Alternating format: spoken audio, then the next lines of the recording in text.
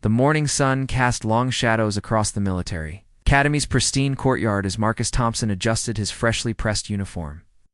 At 19, he stood tall with broad shoulders and a confident smile that had charmed his way. Through every challenge life had thrown at him, his father owned the largest construction company in the state, and Marcus had grown up believing the world owed him respect simply because of his last name. The academy buzzed with nervous energy as new cadets arrived for their first day. Marcus surveyed his surroundings with the casual arrogance of someone who had never been told no. His expensive watch glinted in the sunlight, and his perfectly styled hair seemed untouched by the morning breeze that ruffled everyone else's appearance. "This place is a joke," Marcus muttered to his roommate Derek, as they watched other cadets struggling with their heavy duffel bags. "And my dad could buy this entire academy if he wanted to. I don't know why he insisted I come here when I could. Have just joined his company directly." Derek nodded uncomfortably, already sensing that his roommate's attitude might cause problems. The other cadets seemed focused and determined, carrying themselves with a seriousness that Marcus found amusing rather than inspiring, as they walked toward the main building. Marcus noticed how some cadets stepped aside when they saw his confidence. Stride, he mistook their politeness for deference to his obvious superiority. His chest swelled with pride as he imagined how easy this military training would be for someone of his caliber. The academy's stone walls had witnessed decades of transformation, where young men and women learned the true meaning of honor, discipline, and service. But Marcus saw only an obstacle course designed for people less capable than himself. He had already decided that the rules here were merely suggestions for ordinary people, not binding principles for someone destined for greatness near. The entrance, a group of senior cadets watched the newcomers with experienced eyes. They had learned to spot trouble from a distance, and Marcus Thompson radiated the kind of entitled confidence that usually preceded a hard fall. One senior cadet, Sarah Martinez, shook her head slightly as she observed Marcus's swagger. "One's going to learn some tough lessons," she whispered to her companion. "They always do." But Marcus remained blissfully unaware of the scrutiny. He was too busy planning how he would impress everyone with his natural leadership abilities and superior background. The academy might have broken other people, but Marcus Thompson was different. He was special. At least that's what he told himself as he walked through those doors. Completely unprepared for the journey that would change everything he believed about himself and the world around him. The heavy doors closed behind him with a sound that seemed almost final, like the closing of one chapter and the beginning of another. But Marcus heard only the echo of his own footsteps, confident and assured, walking toward a destiny he thought he had already written for himself. The first few weeks at the academy revealed Marcus's true character in ways that made his fellow cadets increasingly uncomfortable. During morning formations, he would arrive precisely on time, but with an air of someone doing everyone else a favor by showing up. When Drill Sergeant Williams barked orders at the group, Marcus would comply with exaggerated movements that bordered on mockery. "Thompson thinks this is all beneath him," whispered Jennifer Chen, cadet from a military family who had dreamed of attending the academy since childhood. She watched as Marcus rolled his eyes during a lecture about military history, clearly. Believing he had better things to do with his time, the breaking point came during the third week, when the cadets were assigned to clean the barracks. While others scrubbed floors and organized equipment with dedication, Marcus sat on his perfectly made bed, scrolling through his phone. When confronted by the squad leader, he shrugged dismissively. "My family has people who clean for us," Marcus said with a casual laugh that made the room fall silent. "Besides, I'm here to learn leadership, not janitorial work. There's a difference between what leaders do and what followers do." The other cadets exchanged glances of disbelief and growing anger. Many of them came from families where hard work was a virtue, where parents had sacrificed to give their children opportunities. Marcus's casual dismissal of honest work felt like a slap in the face to everything they valued. David Park, whose father had died serving overseas, clenched his fists as he continued mopping the floor. "We're all here to serve," he said quietly, his voice tight with controlled emotion. "Nobody's above doing what needs to be done." Marcus laughed, a sound that echoed off the barracks walls like a challenge. "Serve who?" I'm here because my father thought it would look good on my resume. After graduation, I'll be running a multi-million-dollar company. You'll probably still be taking orders from people like me." The room grew colder, despite the afternoon heat. Even Derek, Marcus's roommate, looked away in embarrassment. The divide between Marcus and his fellow cadets widened with each passing day, creating an atmosphere of tension that everyone could feel but no one knew how to address. During evening study sessions, Marcus would interrupt serious discussions with jokes about military protocol. When cadets shared stories about family members who had served, he would respond with tales about his father's business deals and the important people they knew. He seemed incapable of understanding that his wealth and connections meant nothing within these walls. The Academy's mission statement, carved in stone above the main entrance, spoke of honor, courage, and commitment. But Marcus read those words as suggestions rather than sacred principles. He was convinced that his natural superiority would carry him through any challenge the Academy could present, never realizing that his greatest enemy wasn't any external obstacle, but the arrogance that blinded him to his own shortcomings and the wisdom of those around him. As autumn painted the Academy grounds in brilliant colors, Marcus's behavior escalated from mere arrogance to active disruption. He had discovered that his cutting remarks and dismissive attitude could reduce some cadets to silence, and he wielded this power like a weapon. His targets were usually the quieter students, those who came from modest backgrounds or spoke with accents that revealed their immigrant heritage. During a particularly difficult tactical exercise, Marcus watched Maria Santos struggle with her radio equipment. Maria had grown up in a single-parent household, where her mother worked 2 jobs to support the family. Her dream of military service represented hope for a better future, but her limited experience with advanced technology sometimes showed. "Maybe you should stick to things you actually understand," Marcus said, loud enough for the entire squad to hear. "Not everyone's cut out for this kind of responsibility. Some people are better suited for simpler work." Maria's face flushed with embarrassment, but she continued working, her hands trembling slightly as she adjusted the radio settings. Other cadets looked on with a mixture of anger and helplessness.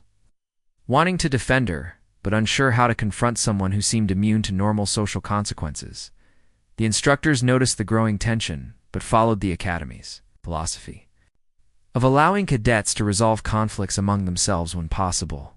They believed that learning to handle difficult personalities was part of military training, though they kept careful watch to ensure situations didn't spiral out of control. Marcus's cruelty wasn't limited to academic struggles.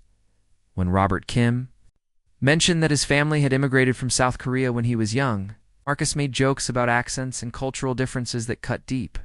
When Patricia Rodriguez shared her pride in being the first person in her family to attend college, Marcus responded with comments about affirmative action and undeserved opportunities, each cruel remark built upon the last, creating an atmosphere where several cadets began to dread group activities.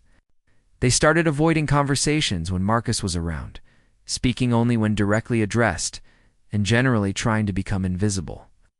The vibrant discussions that had characterized their early days gave way to uncomfortable silences and tense exchanges.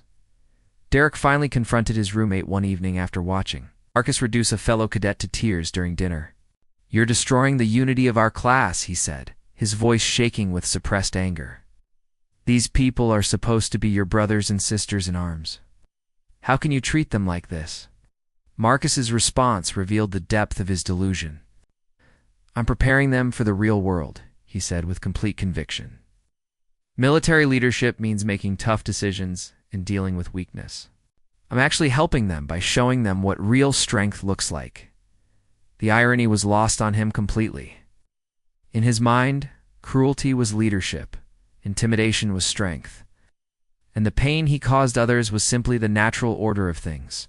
He had created a world where his own flaws became virtues, and his victims became obstacles to overcome rather than people deserving of respect and dignity.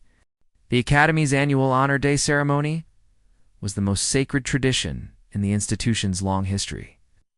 Families traveled from across the country to watch their children participate in events that celebrated the highest ideals of military service. The day began with presentations of academic achievements, continued with demonstrations of tactical skills, and culminated in a formal parade where distinguished guests reviewed the cadets. Marcus saw Honor Day as his moment to shine. He had convinced himself that his natural charisma and superior background would finally receive the recognition they deserved. He spent extra time preparing his uniform, practiced his salute in the mirror, and mentally rehearsed the speech he would give when called forward to receive what he assumed would be multiple awards. The ceremony took place on the Academy's main parade ground, with bleachers filled with proud family members and distinguished military officers. Marcus spotted his parents in the crowd, his father wearing an expensive suit that probably cost more than most families' monthly income. He waved confidently, certain they would soon witness his triumph, as the academic awards were announced. Marcus waited for his name to be called. When it wasn't, he assumed they were saving the best for last. During the tactical skills demonstration, he performed adequately, but without the excellence that would have set him apart from his classmates. Still, he remained confident that his overall superiority would be recognized. The formal parade began with the Academy's band, playing stirring military marches that filled the air with pride and tradition. Cadets marched in perfect formation, their movements synchronized through hours of practice and dedication. Marcus took his place in the formation, his chest swelled with anticipation of the moment when he would step forward to receive his due. Recognition at the reviewing stand sat a panel of distinguished guests, including active duty officers, academy, alumni who had achieved great success, and community leaders who supported military education. Among them sat a figure that most cadets noticed but few recognized: Colonel James Harrison, a quiet man in his 60s whose chest bore the ribbons of multiple combat deployments and whose reputation for integrity was legendary throughout the military. Colonel Harrison had been watching the cadets throughout the ceremony with the practiced eye of someone who had spent decades evaluating character under pressure. He had observed Marcus during the various events, noting not just his performance but his interactions with fellow cadets and his overall demeanor. What he saw troubled him deeply. As the parade reached its climax, the ceremony's final moment arrived. This was traditionally when the reviewing officers would acknowledge outstanding cadets with special recognition. Marcus stepped slightly forward, in anticipation, his smile bright and confident as he prepared to accept what he believed was his inevitable honor. The Academy commandant stepped to the microphone to introduce the reviewing officers. And when Colonel Harrison's name was announced, a hush fell over the crowd. His reputation preceded him, and everyone understood that being acknowledged by such a distinguished officer would be the highest possible honor. Marcus's heart raced with excitement, convinced that this moment had been orchestrated specifically for him. Colonel Harrison rose from his chair with the deliberate movement of a man who had carried the weight of command through countless difficult moments. The entire parade ground fell silent as he approached the microphone, his presence commanding respect without demanding it. His weathered face bore the quiet dignity of someone who had earned his authority through service rather than inheritance. Cadets' voice carried clearly across the field. Today I have witnessed demonstrations of skill, dedication, and promise. However, the most important qualities of a military officer cannot be measured in test scores or parade ground precision. Alone, they are revealed in how we treat those who serve alongside us, especially when we think no one is watching. Marcus felt a flutter of uncertainty, but quickly dismissed it.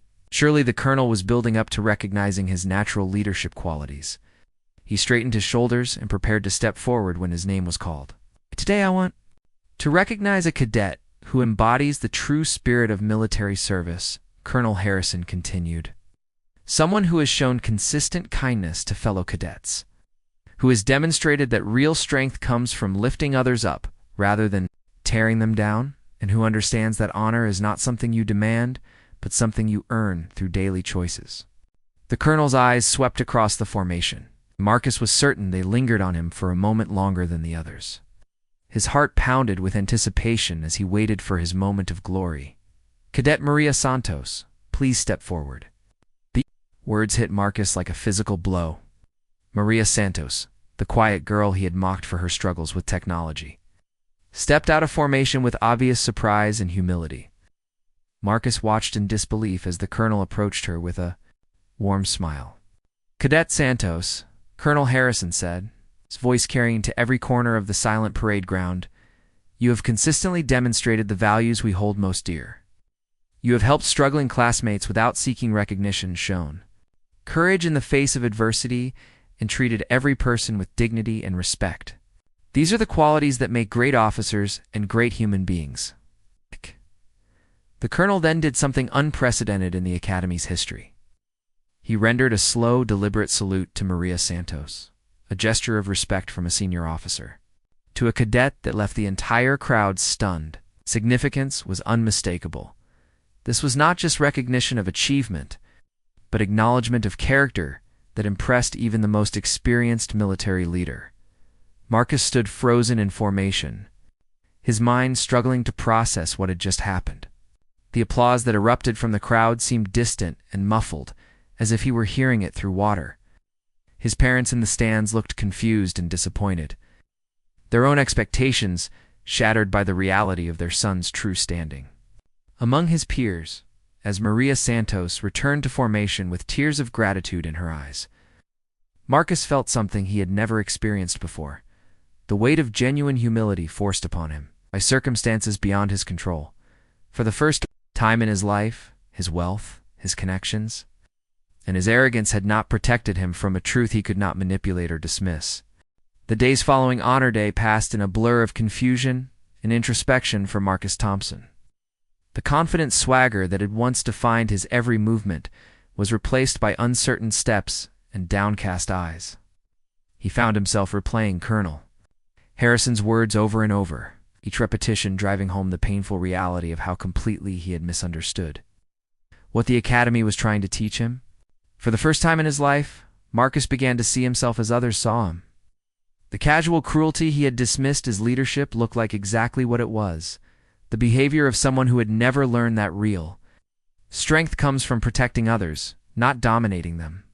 The privileges he had worn like armor suddenly felt like barriers that had prevented him from connecting with the very people he should have been learning to serve alongside Maria Santos, now recognized by everyone as someone special, continued to treat Marcus with the same quiet kindness she showed everyone else. This grace, offered without conditions or expectations, affected him more profoundly than any punishment could have. When she helped him with a difficult assignment without mentioning their past conflicts, Marcus felt the full weight of what he had lost through his own arrogance.